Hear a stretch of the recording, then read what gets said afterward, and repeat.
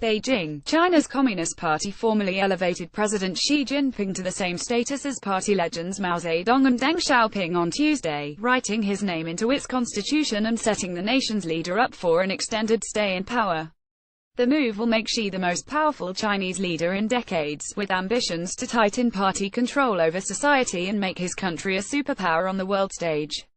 The unanimous vote to enshrine Xi Jinping thought on socialism with Chinese characteristics in a new era in the constitution came on the final day of the week-long 19th Party Congress, a 5-yearly gathering of the party elite in the imposing and cavernous Great Hall of the People on the western side of Beijing's iconic Tiananmen Square. The meeting effectively marks the start of Xi's second five-year term as party general secretary, but the chances are now higher that this will not be his last, although in the opaque world of Chinese party politics, nothing is certain.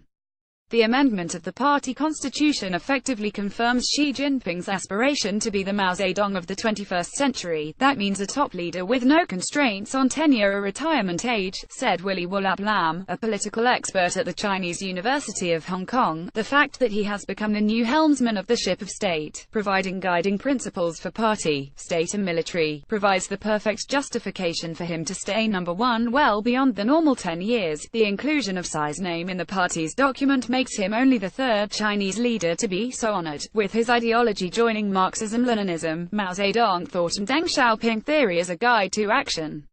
It will now become compulsory learning for Chinese students from primary schools through to universities.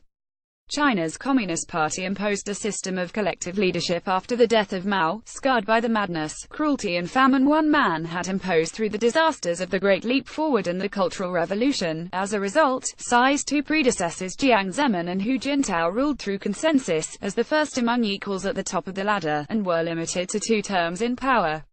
Now the party is moving back in the other direction. Xi's power is not unlimited, and many of his key policy measures reflect ideas adopted by the party before he took power.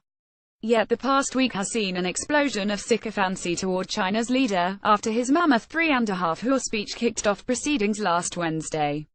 This is a personal style of rule, much like Vladimir Putin's in Russia.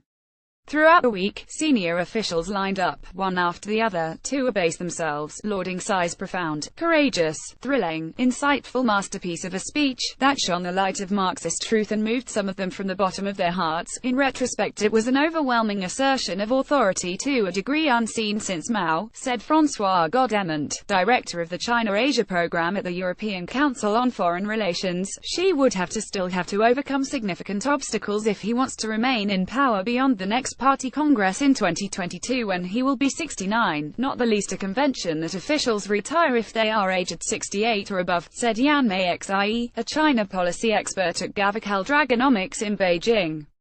There had been speculation Xi would break from convention by asking his right-hand man, the powerful head of the anti-corruption authority Wang Qishan, to stay on for another 5 years. Yet the 69-year-old Huang's name does not appear on a new list of Central Committee members, implying the retirement convention remains in place, at least for now. He would also have to amend the constitution if he wanted a third term as president, or appoint a crony and remain in power behind the scenes, a trick Putin pulled off in 2008. Nevertheless, the fact that Xi's name figures in the constitution puts him on a par with the party's immortals, Mao and Deng, who had no term limits and didn't retire, said Xie. And the constant drumbeat of propaganda about loyalty to his leadership makes it more difficult for anyone who dares challenge him. The introduction of Xi thought makes the question of succession while Xi is a moot issue, said Bill Bishop, publisher of the Sino-Sism newsletter. So long as Xi has not met Marx, he is the man with an eponymous theory in the party constitution, so no one will have more authority than him, no matter what title Xi holds. Xi Jinping thought embodies 2 important principles. Experts say first that the party is in control of every aspect of life in China, from the economy to the internet, from politics to culture and religion. The party must be more disciplined, and more responsive to people's needs, but its leadership must not be questioned. The second is that China is on a path to become a true global superpower, very much on its own terms. Under his reign, there is no more hope of convergence, said Godement, referring to the idea that China would become more open, more ruled by law and more democratic, as it became wealthier, that its interests and political system would ultimately converge with those of the West. The idea of political reform in a Western sense is now firmly out of the window. Xi's message is one of a nationalist, or assertive China, one that he says will not threaten the world, but will resolutely defend its interests. By the middle of this century or before, China aims to close the gap economically and militarily with the United States, and become the ultimate arbiter in the Asia-Pacific region, said Lam. If Mao's era was one of revolution and nation-building, while Deng's was one of reform and opening that set China on the path to becoming a global economic power, Xi's era is, perhaps, one of control and nationalism. Deng's influence on the course of Chinese history was massive, but his power was wielded less explicitly, often from a position behind the scenes.